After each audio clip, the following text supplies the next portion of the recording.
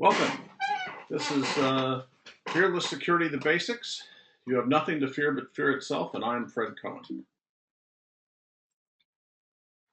Basically, Fearless Security came into existence because people are using fear to sell security.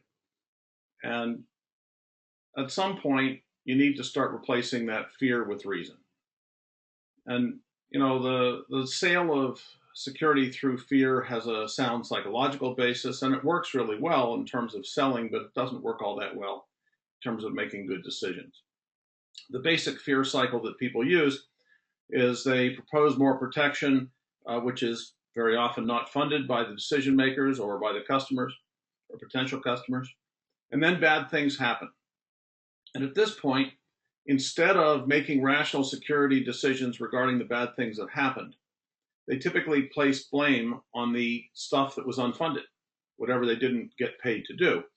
This then justifies the emergency purchase of services and or products and or changes in operational modalities, even though it very often is unrelated to the events. And then we go around the cycle again. We propose more, not funded, and so forth. So that's sort of the fear cycle. And breaking the fear cycle really means that we need to start making rational decisions before events and carrying them out. During events, we need to have something in place to allow us to make good decisions.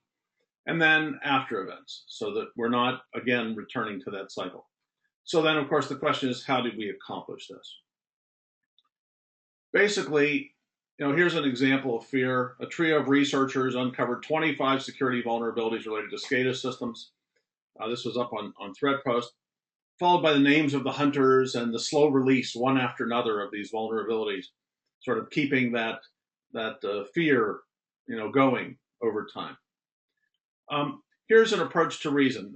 All systems and software have vulnerabilities. So if we're protected at an architectural level, it won't matter that there are all these minor vulnerabilities. But the question is that really reason or is that rationalization? And the truth is, it might matter that these particular vulnerabilities are showing up right now, depending on your situation and other things in the environment. And the resolution to this is to take a systematic approach and adapt to changing conditions. But what we don't want to do is get in a race with the vulnerabilities. So regardless of what rational decision process we have, if we end up in a race with the vulnerabilities, where every time somebody comes out with a vulnerability, we have to rush to do something about it, that's going to be a big problem now and in the future.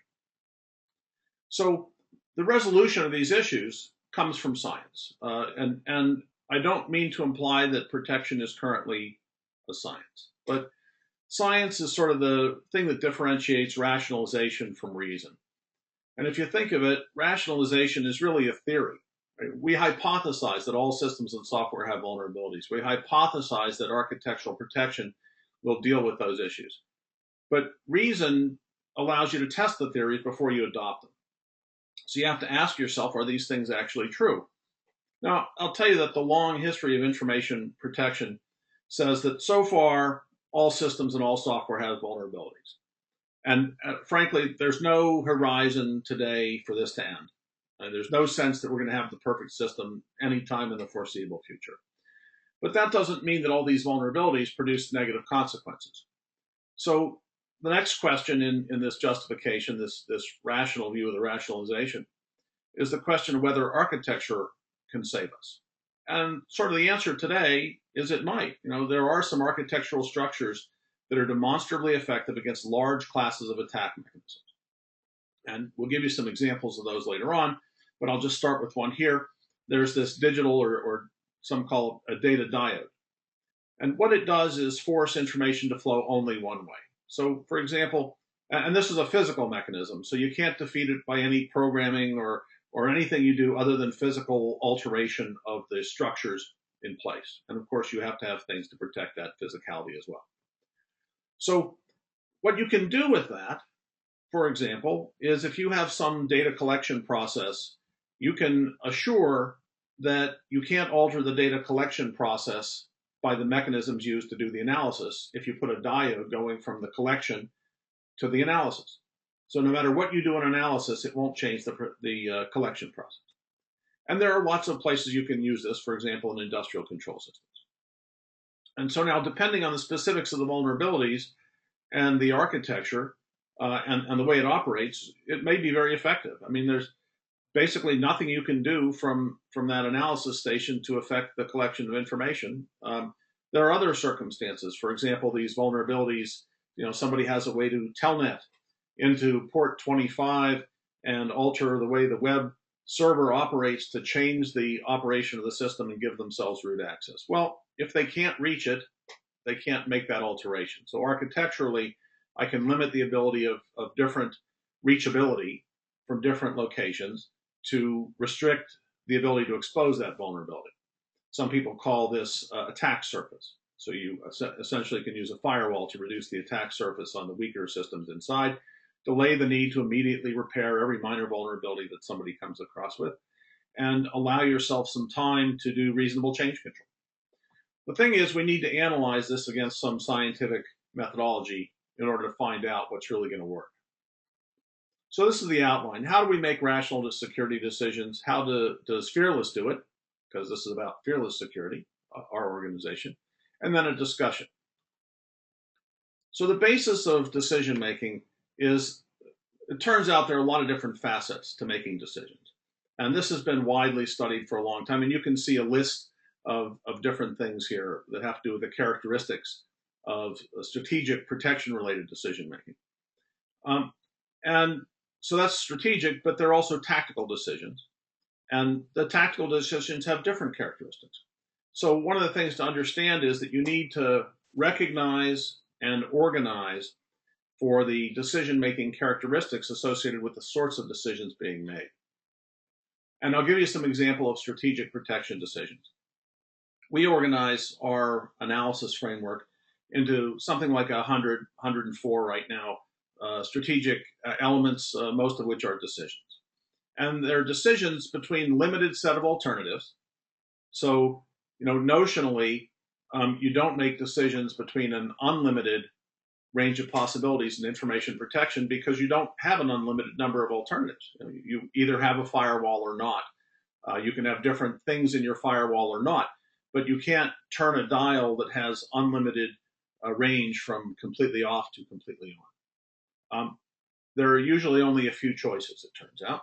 So if you have a limited number of choices and factors, then that makes it easier. The information, in fact, needed to make those decisions is then very limited.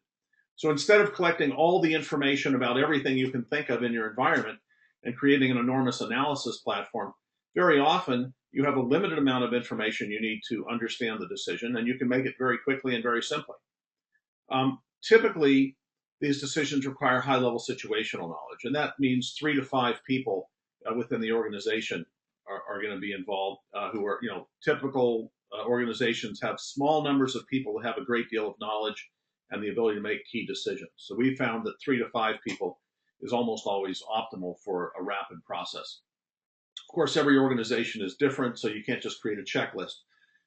And then you have reasons for making choices. And these reasons aren't always science. These might be reasons associated with the organizational structure or the manner in which the organization tends to operate, or the particular situation. You might not have enough finances to do what you'd really like to do in terms of protection. So we prefer science, but sometimes we use rationalization because it's the only thing available. But even when we do that, we really need to test for refutation. So almost any decision we make should be challenged internally or potentially externally just to get a sense of what the limitations of it are. So what we've developed is a standard of practice. It's not a standard in the sense of a list of rules you have to follow. It's a standard of practice in the sense that we practice helping other people do protection, and we need some methodological, some systematic way to practice so that we don't forget things, and so that we make pretty much the same decision in the same circumstance, subject to conditions. And so I just want to point out, for example, that airline pilots use checklists, and it's not because they don't know how to fly. It's because they found out that people make mistakes, and we've known this for a long time. But But basically, in order to avoid the mistakes that cause crashes, they started to use checklists. And the more they use these checklists and the more consistently they use them, the fewer crashes they have.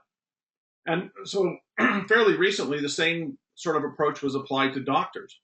So they created checklists for doctors performing medical procedures and making decisions in the medical arena. And what they found is they get fewer mistakes from doctors. And doctors are people too. Nobody's perfect. So what we find is that by creating the standard of practice and a set of criteria for making decisions, we get better, faster, cheaper decisions. All three, which is a rarity in this world.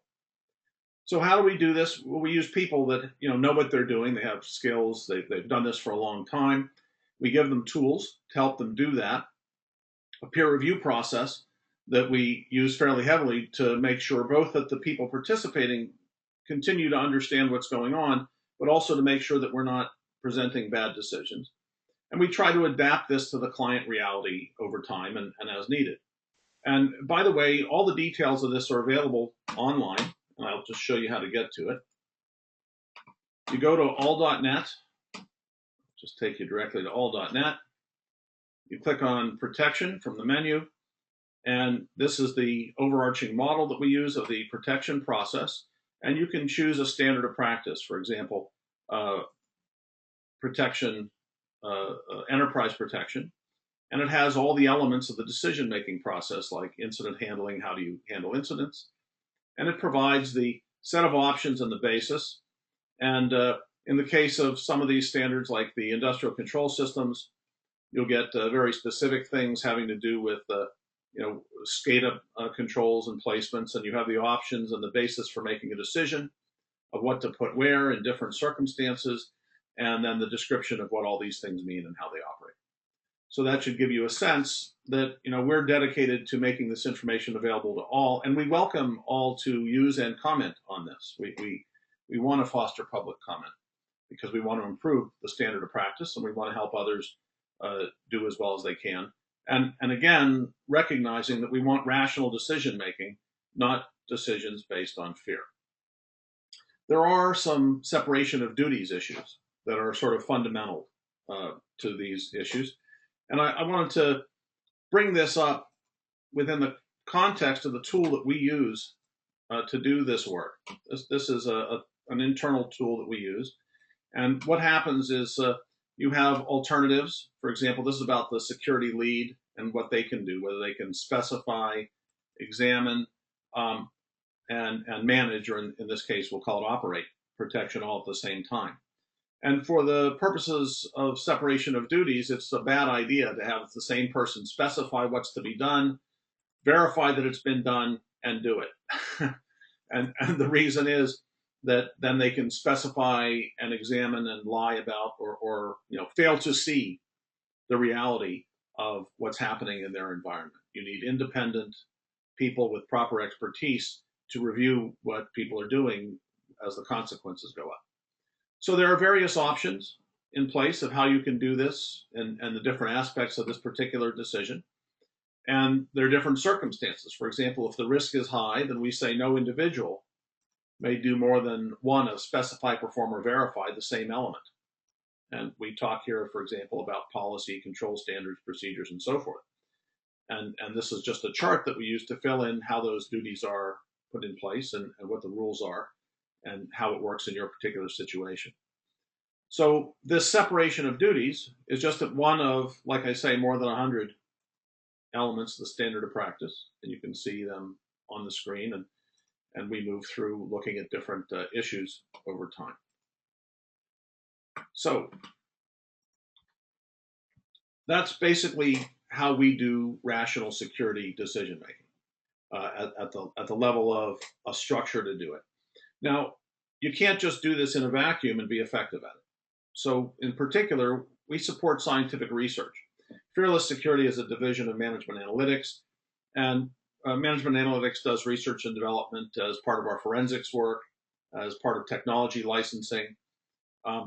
And we operate the all.net website and affiliated companies. And team members that we're working with are, they work for government organizations, private enterprises of all sorts, universities, educational institutions. They do peer review for research journals and conferences. and they participate in the community in a variety of ways. And the point here is that we're dedicated to community involvement and to doing research and development, not just sort of taking what somebody else did and trying to imagine that we know how that is.